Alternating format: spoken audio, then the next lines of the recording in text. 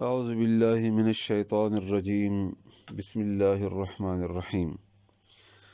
رب زدني علما، رب اشرح لي صدري ويسر لي أمري واحلل عقدة من لساني يفقه قولي.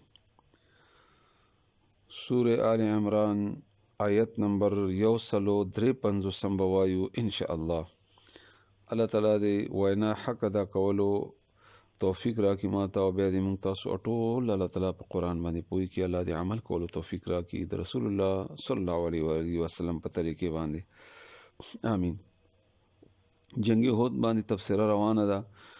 ورستنی آیت کې الله تعالی فرمایل چې تاسو غنیمت او کامیابی ته اهمیت ورکو او حکم د امیر تاسو نه مات شو، خو الله تاسو معاف کړی، خیر دی. الله فضل والا د مؤمنانو باندې اول نه دا ذهن کې کېدی چې دا حالات چې الله پیدا وکړل کنه په دې کې ډېر لوی حکمتونه دي، خیر وو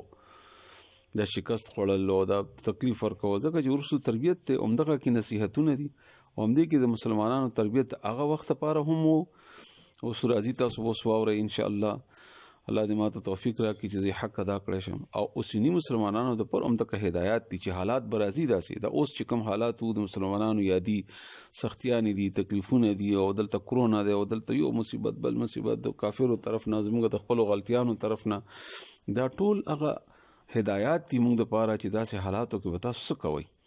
او دا د الله طرف نه دي او د کې تاسو خپل غلطیان دي، خپل غلطیانو ته توجه کوئ او الله سره خپل تعلق مضبوط ساتئ. دا خلاصه ده، بالکل خپل غلطیانو طرف ته توجه کوئ او د الله تعالی طرف سره تعلق مضبوطولو کوشش کوئ، نو الله به تاسو معاف کړي او الله تعالی به تاسو مخ کې بوزي ان شاء الله. دنیا زندگی هم په خیر او بیا په آخرت کې جنت تعالی دې موږ تاسو جنت الفردوس راکړي، امين. نو چې کله دا سخت حالت راغلل، مسلمانان غیر شول او شهادتونه او رسول الله صلی الله علیه وسلم زخم او غیره دا نور، نو دی به منډه وهلې مسلمانانو، څوک غره طرف ته وتښتیدل، څوک د مدینه طرف ته وتښتیدل او رسول الله صلی الله علیه وسلم شا طرف نه اوازونه کول چې الی عباد الله ما طرف ته راشي، او رسول الله صلی الله علیه وسلم په خپل میدان ځای کې ټک ډټ ولاړو او صرف نه یا دیارلس صحابه کرام مجاهدین سره ولاړو. نو الله فرمای از هر کلا ان یاد کوي هغه وخت تسعدون چې تاسو منډه وهاله په میدان یا تاسو خطی په غره، د دواړو معنی دي د تسعدون. خو څه صحابه کرام په دې غره خطل منډه وهاله او څه صحابه کرام مدینه طرف ته تختیدل. ولا تلوون او تاسو شاته نه قتل علی احد یو کس طرف ته هم تاسو اډو ورستو ته خیال نه. والرسول او رسول الله صلی الله علیه و آله وسلم يدعوکم چغي وهلی تاسو ته فی اخراکم تاسو شاته طرفنا الی عباد الله الی عباد الله ما طرف تراشه ید الله بندگانو یا ما طرف تراشه یا الا بندگانو چرته زئی تاسو چرته تختی تاسو. بهر حال نو رسول الله صلی الله علیه وسلم دیته اوازونه کول فاثابکم بس ورسدو تاسو ته غمم بغم، غم د پاسه غم، د دې ډېر معنی دي او ډېر مفهومونه دي په دې آیات دی لفظ و دې فکرې کې غمم بغم، غم د پاسه غم، غم د بدله غم، دا ټول باندې لګزان پوي کوي. اول دا چې تاسو غلطي وکړه الله سزا درکړه، نو غم د پاسه غم شو. دویم غمونو د پاسه غم، یعنی یو غم چې تاسو نه غنیمت لاس وته، مړی ترا اوشول، شهیدان اوشول، زخمیان اوشول، رسول الله صلی الله علیه و آله وسلم او غټ غم تاسو ته راغلو چې رسول الله صلی الله علیه وسلم आवाज اوچت شو چې هغه خو شهید کړل شو. دا غټ غمونه او ډېر غټ غمونه. حمزه رضی الله تعالی عنہ شهید شو، ډېر بهترین صاحب، ټول بهترین صحابه کرام، ټول اعلی خلکو الله شرف او بزرګي ور کړی او غنیمتونه هم لاړو، فتح هم لاړه. او دلته د منافقینو د خلی خبره او چغي الا بس شکستو خوړې شو، الا بس لاړل، الا رسول الله صلی الله علیه وسلم وفات شو، الا مسلمانان ناکام شول، الا دا ټول غمونه. الله وی دا ولی داسیو لکای لا د پاره لا تحزنوا چې تاسو غم نه خورئ، غمجن نشئ علی ما فاتکم په هغه څه باندې چې تاسو لاس اوته، هغه باندې تاسو غمجن نشئ. تاسو نه شهیدانو شو، تاسو لا سلاړل، تاسو نه غنیمت لاړو، تاسو نه وینځي لونډي لاړې، تاسو نه کامیابی لاړه، په دې تاسو خپه نشئ. څه مفهوم شو بل د دې؟ یو دا چې غمونو ته پاسه غمونه دا ولیو، یو دا چې تاسو غمونو سره بلد شئ، تاسو پریکټس وشي، تاسو تجربه وشي، د غمونه دی په دې لارې کې ولا نبلونکم بشیء من الخوف والجوع ونقص من الاموال والانفس سوره بقره کله فرمای دا امتحانونه خبر راځي دې ته تاسو تیار اوسئ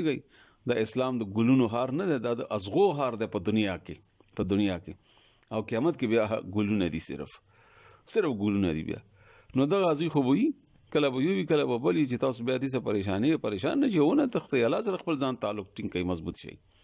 یو دا بل مفهوم واوري غمونه ورسېدل فتح لاړه شکست راغې صحابه کرام شهیدان شول او د نور تکلیفونه او بیا د منافقینو د خبره او ان په دې موقع کې یو درون غم پتا سراو چې رسول الله صلی الله علیه وسلم شهید شو کم چې نوی صحابه کرامو تربیت نه وشوي هغه نور زیات پریشان شو چې دا څنګه چل دی دا خو پیغمبر والته د منافقینو خبره دا غیغه پیغورونه او دا غیغه تکلیف دی اوازونه نو دا ډېر پریشان شو او کم چې صحابه کرام زالو یا تربیت شوه او هغه رسول الله صلی الله علیه وسلم سره د پناه مینه و هغه د غم نه ډېر زیات غورځیدل چې دا څنګه چل شو رسول الله صلی الله علیه وسلم شهید شو نو دا داسې غم چې غمونه هیرول ټول اچانک आवाज وشو چې رسول الله صلی الله علیه وسلم خوشوند دی او خپل आवाज وکړو نو دا داسې خوشحالي و د صحابه کرامو هغه ایمان هغه درجه تاسو وګورئ چې هغه ټول غمونه په ویر شول شکست غم په ویر شو شهیدانو غم په ویر شو زخمونو غم په ویر دا هر څه دی خیر دی خو چې رسول الله صلی الله علیه وسلم ژوند دی الحمدلله نو داسې خوشحالي و دا چې غمونه هیر کړل دا چې کله انسان غمجن شي د غم د پاسه بل غم خو چې کله غټ غم راشي نو ټول غمونه بیا هیر کی خو کدی کې هغه غټ غم زایل شي نو ټول غمونه به داسې شي چې دا به هیڅ نشي دا بل مفهوم شو یو بل مفهوم هم دی هغه په سوره حدید کې الله تعالی خود لده هغه لا فرمای سوره حدید 22 نمبر آیات کې چې ما اصاب من مصیبت فی الارض ولا فی انفسکم الا فی کتاب من قبل ان نبرأها هیڅ تکلیف تاسو نه رسی پس مکه کې یا تاسو په ځانونو کې مگر دا چې الله تعالی مخ کې نه لیکلې وي ان ذلک علی الله یسیر دا په الله باندې آسان ان تاسو دا ذهن جوړ کړئ چې دا مخ کې نه داسې لیکل شي وو دا بکیدل چې تاسو اعتماد په الله پیدا وشي ورپسې الله فرمای حدید 23 نمبر آیات کې لکای لا تاسو ولا ما فاتکم چې تاسو غمجن نشئ په هغه څه باندې تاسو لاس اوته ان تاسو بلد شئ په دې بس ټیک شو الله درکړې ولا واغستو زوی او ژوندې او مړ شو فتح او شکست بدل شو ژوندې او مړ شو بل ورته الله وسلا درکړي ولا په دې کې خیر دی ته د څومره بهترین تربیت کوي الله تعالی څومره عقیده او اعتماد او ایمان په الله باندې هغه تعلق ساتل او د غمونو د ایرولو الله تعالی څومره بهترین طریقه کوي الله تعالی الحمدلله رضيت بالله ربا وبالاسلام دينا وبمحمد صلى الله عليه واله وسلم نبيا بهترین کتاب دا قرآن کریم چې تاسو وایي یو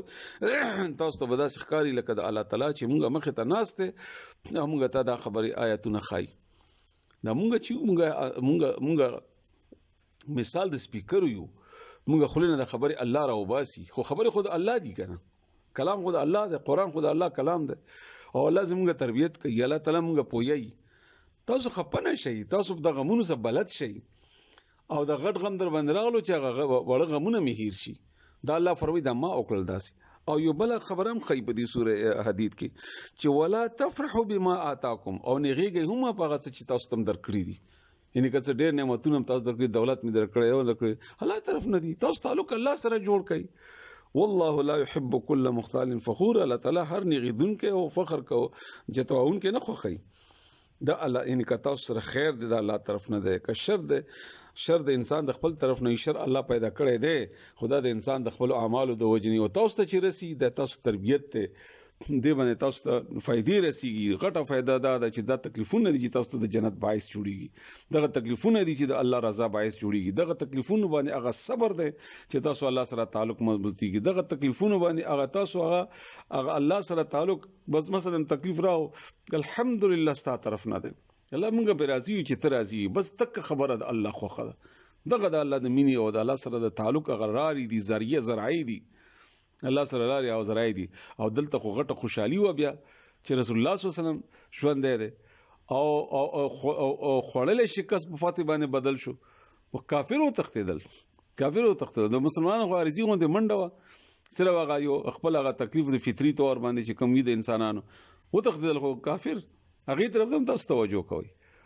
او کبه تاسو ته خیر در رسیدلې د ټول نغټ خیر د رسول الله صلی الله علیه وسلم ته د الله تعالی طرف نه ده بهر الله سره خپل تعلق مضبوط کړئ اوس تاسو مانس د کې ان شاء الله چې خبره اسانه شي وي از هغه وخت کې ان یاد کړئ هغه وخت کلا تصعدونا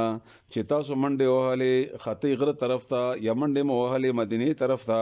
ولا تلوونا او تاسو شاته نه قتل غلا احد پېز کیو کا سبان دي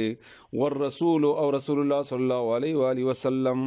يدعوکم چغه وهلې تاسو ته اوازونه در کول تاسو ته فی اخراکم تاسو شاته طرفنا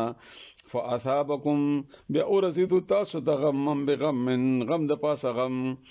لکای لا تحزنوا د پاره چې تاسو غم او نخري تاسو غم جن نشي بلد سید غمون سره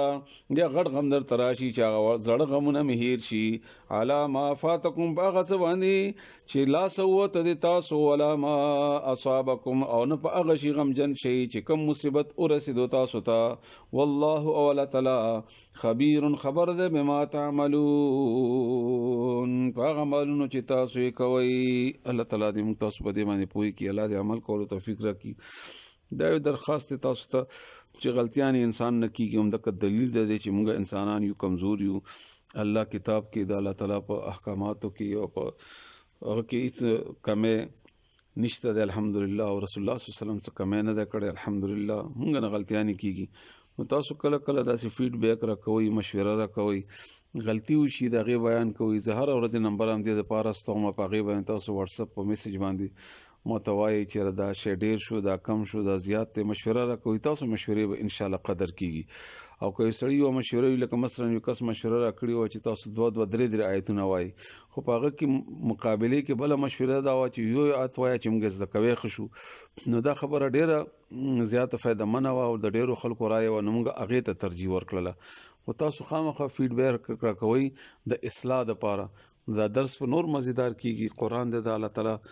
تعالی دې موږ تاسو په ټول په دې قران باندې خسته کی الله ته موږ د قران باندې عمل کولو توفیق راکړي او موږ د ژوندۍ دې چې څومره پاتې د